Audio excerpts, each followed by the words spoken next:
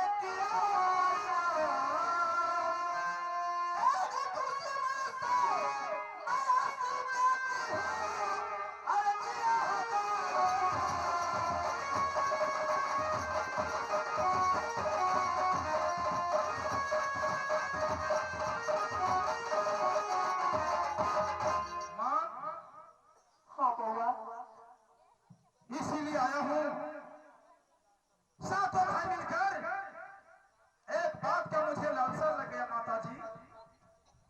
ऐसा कौन सा बात है बउआ कि हमरा 80-85 बरस उम्र बीत रही है आ तो अपना सिंहासन छोड़ के हमरा सिंहासन के पास आब के बता रहे छे कि कौन सा मुसीबत है वो हमरा सुना।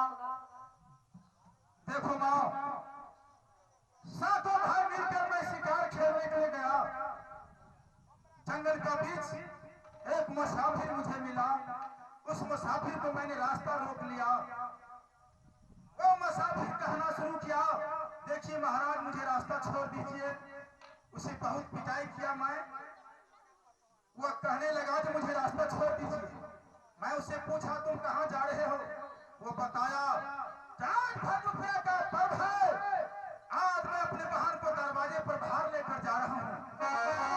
मैं उस मुसाफिर को पकड़कर ना अपने हाथ पर लाया। उस बात को मुझे लालसा लग गया। आज 4 रुपया पर्व है, मैं जा रहा हूँ अपनी माता जी से पूछेंगे, माता जी बता देगी तो मैं सातों भाई मिलकर मैं अपने बहन को दरवाजे पर जाऊंगा।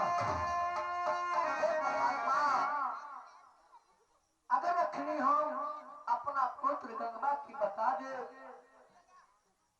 पुराना बात कहानी 3 बदमाश हमर बेटा है कि छोड़त नहीं ना हम नहीं है बता।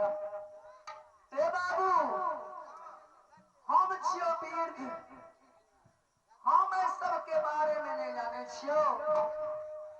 ई बात तोरा पूछे तो छो तो तोहर घर वाले के सनपुर वाली से सुनमतिया वो 6 महीना आग और 6 महीना पाँच बात जाने छो।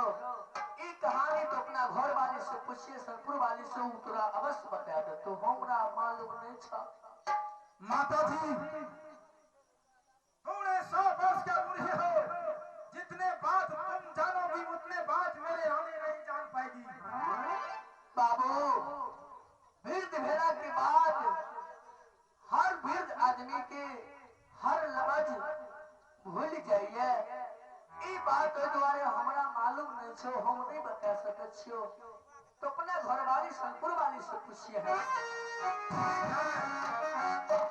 मैं यहाँ से मंत्री द्वारा मैं अपने रानी को बुलाऊंगा और उसी से पूछूंगा, वो कह देगी तो मैं फांस लगा।